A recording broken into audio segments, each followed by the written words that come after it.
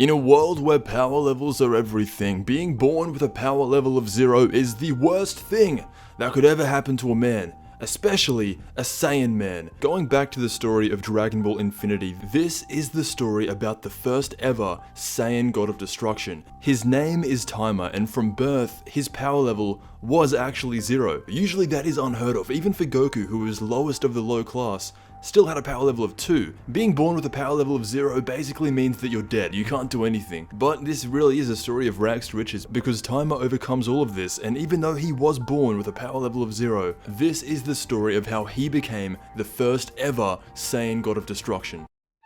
Now his dad, who is the guy that we saw in Dragon Ball Super Broly, who was with Paragus, he is so ashamed by his son's power level that he doesn't want King Vegeta to see. With all of these abnormal power levels going on recently, like Broly, whose power level was up in the 10,000s, having a power level of 0 made this Saiyan dad ashamed. So instead of sending him off to a planet to thrive, he just sends him off into space, and by some chance, he gets sent back in time through a time warp in the universe.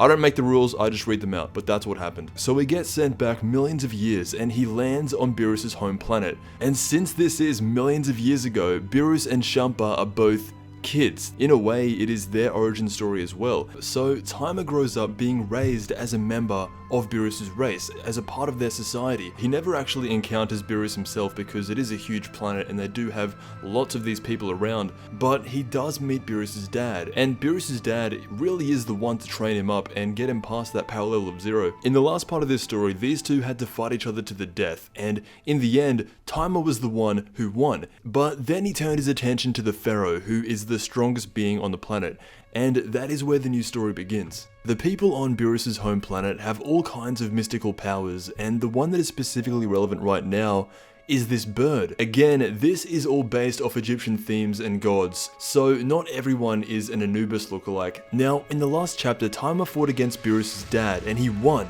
Then he went after the king, who made them fight, and get slapped back down to the ground. Even though he was born with a power level of 0, he is still a Saiyan, and every time he survives a fight, his power does increase. So he wakes up in the next chapter, and there he is, completely healed. Basically what's happening is the psychics on this planet can feel something inside Timer.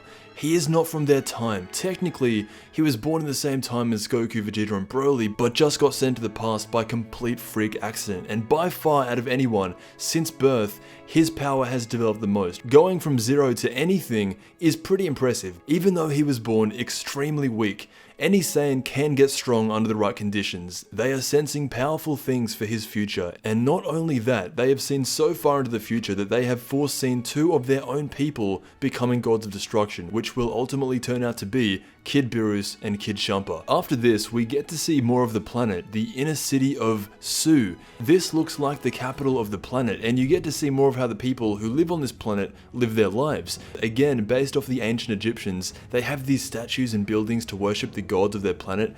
It's very interesting stuff, and I wish Dragon Ball Super would take notes. When our Saiyan Timer was younger, he used to try and play with the other Beerus looking kids, but they were all mean to him because I guess his ears were too small. This was his first introduction to Beerus' people. He didn't really have any friends growing up besides his mother. But that is the latest chapter of Dragon Ball Infinity, slowly seeing more of Beerus' planet lore and how it all came to be. If you want to support this story, I will leave links down below. This is a part of Dragon Ball that I really like to see, the history of how everything came to be. Beerus and his people. Let me know what you think. Again, support the creator of this story down below if you want to see more. Thank you so much for watching, and I'll see you in the next Dragon Ball video.